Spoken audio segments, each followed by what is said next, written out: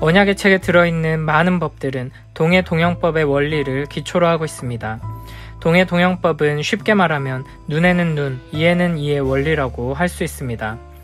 하나님께서 이스라엘에게 이와 같은 법을 주신 것은 나에게 손해를 입힌 사람에게 똑같이 되갚아주는 것이 하나님 나라의 원리라는 것을 가르치시는 것이 아닙니다. 오히려 하나님께서는 시대와 문화를 초월하는 영원한 도덕법을 우리에게 적용시키기 위해 시대와 문화에 갇혀있는 이스라엘 백성들에게 가장 필요한 법을 내려주신 것입니다. 앞서 종에 관한 법에서 하나님께서는 노예를 물건 취급하며 마음대로 사고 팔고 죽이던 악한 시대 속에서 이스라엘의 종들은 6년간만 종으로 일하고 7년째에는 자유인이 되게 하셨습니다. 또한 종으로 일한 기간의 보상을 챙겨주도록 하시고 주인 마음대로 버릴 수 없도록 보호하는 법을 내려주셨습니다. 이로써 사회적인 약자인 종과 노예들을 보호하게 하신 것입니다. 이처럼 동해동영법의 원리, 눈에는 눈, 이에는 이의 원리를 따라 시민법을 제정하심으로써 하나님께서는 마음대로 원수를 갚고 복수하지 못하도록 제한하시는 것입니다. 이와 같은 법이 없다면 사람들은 1을 손해보면 2, 3으로 갚아주고 원한이 점점 깊어지면서 원수를 원수로 갚는 끝없는 다툼의 수렁에 빠지게 될 것입니다. 이런 인간의 사악한 본성을 아시기에 하나님의 율법의 테두리 안에서 자기가 손해본 만큼만 보상을 받고 더 이상 원한을 품거나 복수하며 다투지 않도록 보호하시는 것입니다. 12절부터 27절에서는 이런 동해동영법의 원칙이 실제 상황 속에서 어떻게 적용되는지를 구체적으로 보여주십니다.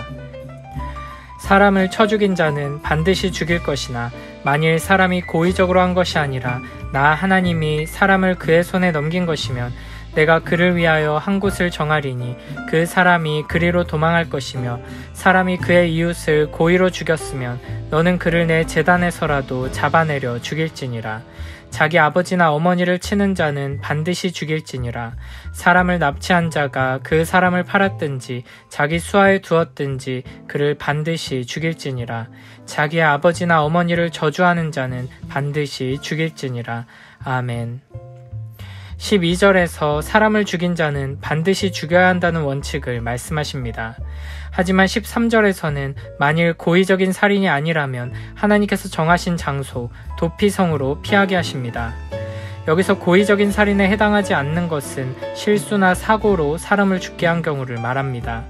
이에 대해 하나님께서는 나 하나님이 사람을 그의 손에 넘긴 것이라고 말씀하십니다. 악한 마음을 품고 의도적으로 생명을 해치는 경우에는 그 책임이 살인자에게 모두 돌아가지만 그런 경우가 아니라면 온 세상 모든 일을 주관하시고 다스리시는 하나님의 섭리 안에서 일어난 일이라는 것입니다. 그러므로 가까운 사람의 죽음으로 인해 큰 슬픔에 빠져 원수를 갚고자 하는 마음이 생겨도 하나님의 허락하심이 아니면 이런 일이 일어날 수 없다는 것을 기억하며 하나님의 주권에 맡기는 태도를 가져야 한다는 것입니다. 하나님께서는 실수나 사고로 사람을 죽게 한 자들을 위해 약속의 땅 어디서든 하루 만에 갈 수 있는 성 3군데 도피성을 지정하셨습니다. 하지만 도피성으로 도망하는 것 자체가 중요한 것이 아니라 살인의 고의성이 없었음을 제사장의 재판을 통해 증명받아야 했습니다. 14절에서는 고의로 살인을 저지른 사람이라면 하나님의 제단에서라도 끌어내려 죽여야 한다고 단호하게 말씀하십니다. 실제로 열왕기상 2장에 보면 요압 장군은 솔로몬에게 반역의 죄를 저지르고 나서 죽지 않기 위해 제단뿔을 잡았지만 브나야가 그를 그 자리에서 쳐 죽였습니다. 이 기준은 산상수훈에서 살인과 간음에 대한 예수님의 가르침에서도 볼 수 있습니다. 중요한 것은 행위 그 자체가 아니라 어떤 마음을 품고 있느냐 하는 것입니다. 그래서 15절과 17절에서는 자기 아버지나 어머니를 치거나 저주하는 자는 반드시 죽이라고 말씀하시고 16절에서는 인신매매와 같은 행위 또한 사형으로 엄하게 다스려야 한다고 말씀하십니다. 사람을 납치해서 사고 팔고 노예로 삼는 것은 한 사람의 생명을 생명으로 존중하지 않고 물건으로 취급하는 것이며 이는 그 육체적 생명을 직접적으로 해치지는 않았더라도 이미 한 사람의 인생을 빼앗은 것입니다. 그러므로 이는 살인하지 말라는 계명을 이미 어긴 것과 마찬가지라는 것입니다.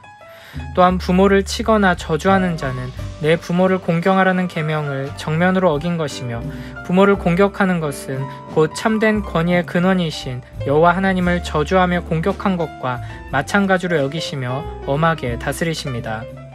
부모는 생명을 창조하는 일에 있어서 하나님의 역할을 대신하고 있기 때문에 부모를 존중하며 공경하지 않는 것은 곧 생명을 경시 여기는 마음, 고의적인 살인의 마음과 같다는 것입니다. 더 나아가 부모를 저주하거나 치는 자는 반드시 죽이라는 법이 지금 우리의 기준에서는 이해하기 어렵고 야만적인 것으로 느껴질 수 있습니다. 하지만 고대 사회의 문화적인 수준에 비추어 보면 하나님께서 이스라엘에게 주신 법은 매우 높은 차원의 법이라는 것을 알 수 있습니다. 고대 사회의 모든 법들은 오직 아버지의 권위에 대해서만 다루고 있습니다. 어머니는 여자라는 이유로 존중받지 못하고 권위를 인정받고 보호받지 못했던 것입니다. 그러나 하나님께서 주신 율법은 아버지와 어머니, 부모의 권위를 모두 존중하도록 명령하고 있습니다. 인신매매의 경우에도 고대의 법들은 오직 귀족들과 상류계층에 해당하는 사람들만 보호하는 형식을 가지고 있습니다. 그러나 이와 같은 고대 사회의 배경 속에서 하나님께서는 이스라엘에게 모든 사람의 생명을 소중하게 여기고 존중해야 한다고 가르치시는 것입니다. 이어서 18절부터 27절에서도 이와 같은 원리를 따라 법을 내려주십니다. 사람이 서로 싸우다가 하나가 돌이나 주먹으로 그의 상대방을 쳤으나 그가 죽지 않고 자리에 누웠다가 지팡이를 짚고 일어나 걸으면 그를 친 자가 형벌은 면하되 그간의 손해를 배상하고 그가 완치되게 할 것이니라. 사람이 매로 그 남종이나 여종을 쳐서 당장에 죽으면 반드시 형벌을 받으려니와 그가 하루나 이틀을 연명하면 형벌을 면하리니 그는 상전의 재산임이라. 사람이 서로 싸우다가 임신한 여인을 쳐서 낙태하게 하였으나 다른 해가 없으면 그 남편의 청구대로 반드시 벌금을 내되 재판장의 판결을 따라 낼 것이니라. 그러나 다른 해가 있으면 갚되 생명은 생명으로, 눈은 눈으로, 이는 이로, 손은 손으로, 발은 발로, 된 것은 된 것으로, 상하게 한 것은 상함으로, 때린 것은 때림으로 갚을지니라. 사람이 그 남종의 한 눈이나 여종의 한 눈을 쳐서 상하게 하면 그 눈에 대한 보상으로 그를 놓아줄 것이며 그 남종의 이나 여종의 이를 쳐서 빠뜨리면 그 이에 대한 보상으로 그를 놓아줄지니라. 아멘. 18, 19절은 자유인들 사이에 분쟁이 발생해 서로 싸우는 중에 돌이나 주먹으로 상대방을 쳐서 신체에 중대한 상해를 입혔을 경우 금전 배상의 원칙을 적용하고 있습니다.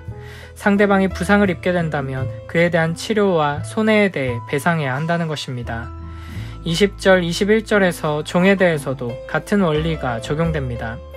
어떤 자유인이 몽둥이로 남종이나 여종을 쳐서 당장에 죽으면 처벌을 받아야 하지만 며칠 있다가 죽으면 형벌을 면하게 됩니다. 이렇게 곧바로 죽었을 때와 며칠 연명하는 경우를 구분하는 것은 살인할 의도가 있었느냐 없었느냐를 구분하기 위함입니다. 22절에서는 자유인들끼리 서로 싸우다가 임산부를 다치게 하여 낙태케 한 경우에 대해 말씀하십니다. 만약 다른 애가 없다면 가해자는 그 남편이 요구하는 대로 재판장의 판결에 따라 배상금을 지불해야 합니다. 그러면서 23절부터 25절에서는 동해동양법의 원리를 추가적으로 명시합니다. 자기가 받은 피해를 넘어서는 보복과 복수를 행하지 말고 눈에는 눈, 이에는 이, 손에는 손, 발에는 발로 법적인 테두리 안에서만 갚으라는 것입니다. 26, 27절에서는 종이 몸에 치명적인 상해를 받게 되면 주인은 그 배상으로 종에게 자유를 주어야 한다고 명령하십니다. 우리가 주목해야 할 것은 이 법들이 다루고 있는 모든 내용들이 결국에는 약자들을 보호하기 위한 규정이라는 것입니다. 고대의 법들은 남자가 상해를 입었을 경우에 어떻게 보상할 것인지에 대해서만 다루고 있다면 하나님께서 하나님의 백성들에게 주신 법은 오히려 약자들이 피해를 입었을 때 어떻게 보상할 것인지를 주로 다루고 있습니다. 우리는 하나님의 율법에 담긴 이와 같은 약자 보호의 정신, 연약한 자들을 사랑하며 돌보는 사회를 향한 거룩한 뜻을 마음에 새기고 살아가야 할 것입니다. 이어서 28절부터 36절에서는 부주의함으로 인해 다른 사람의 생명을 앗아가거나 상해를 입히거나 손해를 입히는 경우에 대해 다룹니다. 소가 남자나 여자를 받아서 죽이면 그 소는 반드시 돌로 쳐서 죽일 것이요 그 고기는 먹지 말 것이며 임자는 형벌을 면하려니와 소가 본래 받는 버릇이 있고 그 임자는 그로 말미암아 경고를 받았으되 단속하지 아니하여 남녀를 막론하고 받아 죽이면 그 소는 돌로 쳐 죽일 것이고 임자도 죽일 것이며 만일 그에게 속죄금을 부과하면 무릇 그 명령한 것을 생명의 대가로 낼 것이요 아들을 받든지 딸을 받든지 이 법규대로 그 임자에게 행할 것이며 소가 만일 남종이나 여종을 받으면 소 임자가 은 30세겔을 그의 상전에게 줄 것이요 소는 돌로 쳐서 죽일지니라. 사람이 구덩이를 열어두거나 구덩이를 파고 덮지 아니하므로 소나 나귀가 거기에 빠지면 그 구덩이 주인이 잘 보상하여 짐승의 임자에게 돈을 줄 것이요 죽은 것은 그가 차지할 것이니라. 이 사람의 소가 저 사람의 소를 받아 죽이면 살아있는 소를 팔아 그 값을 반으로 나누고 또한 죽은 것도 반으로 나누려니와 그 소가 본래 받는 버릇이 있는 줄을 알고도 그 임자가 단속하지 아니하였으면 그는 소로 소를 갚을 것이요 죽은 것은 그가 차지할지니라. 아멘. 28절부터는 소가 사람을 죽이는 경우에 대해 자세하게 다루고 있습니다. 어떤 소가 갑자기 자유인 신분의 남자나 여자를 받아서 죽이면 그 소의 주인은 형벌을 받지 않지만 사람을 죽인 그 소는 반드시 돌로 쳐서 죽이라고 말씀하십니다. 그러나 만약 어떤 소가 평소에 사람을 받는 버릇이 있고 다른 사람들에게서 그 소에 대한 경고의 말을 들었음에도 주인이 아무런 조치를 취하지 않고 주의하지 않아 그 소가 자유인 신분의 남자를 받아서 죽이면 그 소는 물론이고 그 소의 주인까지도 죽음을 면하지 못한다고 말씀하십니다. 단지 예외가 있다면 죽임당한 자의 가족이 원하는 경우에는 그 소의 주인을 처형하는 대신 재판관과 희생자의 가족이 동의하는 배상금을 생명의 대가로 물릴 수 있다는 것입니다. 물론 이때 그에게 부과되는 배상금은 죽임당한 자의 생명을 위한 것이 아니라 그 소의 주인의 생명을 위한 것입니다. 소가 사람을 받아서 죽인 경우에 관한 규정은 나이 어린 아들이나 딸이라고 달라지지 않습니다. 그러나 그 소가 남종이나 여종을 죽였을 경우에는 처벌이 약화됩니다. 그 소의 주인으로 하여금 은 30세겔을 죽은 종의 주인에게 지불하도록 하고 또 그 소를 돌로 쳐서 죽임으로써 그 소의 주인으로 하여금 책임을 지도록 합니다. 하나님께서는 이렇게 고의적인 살인뿐 아니라 부주의함, 무신경함, 게으름으로 인해 다른 사람을 다치게 하거나 죽게 하는 것에 대해서도 매우 엄중하게 심판하십니다. 이를 통해 우리는 10계명에 살인하지 말라는 계명을 어떻게 적용해야 할지를 배우게 됩니다. 우리는 단순히 누군가를 죽이지 않기 위해 노력할 뿐 아니라 타인의 생명을 보호하기 위해 적극적인 조치들을 취해야 하는 것입니다. 하나님께서는 오늘 본문을 통해 동해동양법의 원리, 눈에는 눈, 이에는 이의 원칙을 가르쳐 주십니다. 그러나 부패하고 타락한 인간은 하나님의 이 말씀의 본래 의도를 무시하고 오히려 자기 자신에게 복수할 권리가 있는 것으로 받아들입니다. 예수님 당시의 유대인들이 전형적으로 이 본문을 그렇게 오해했습니다. 그래서 마태복음 5장 38, 39절 그리고 43, 44절에서 예수님께서는 이렇게 말씀하십니다. 또 눈은 눈으로 이는 이로 갚으라 하였다는 것을 너희가 들었으나 나는 너희에게 이르노니 악한 자를 대적하지 말라.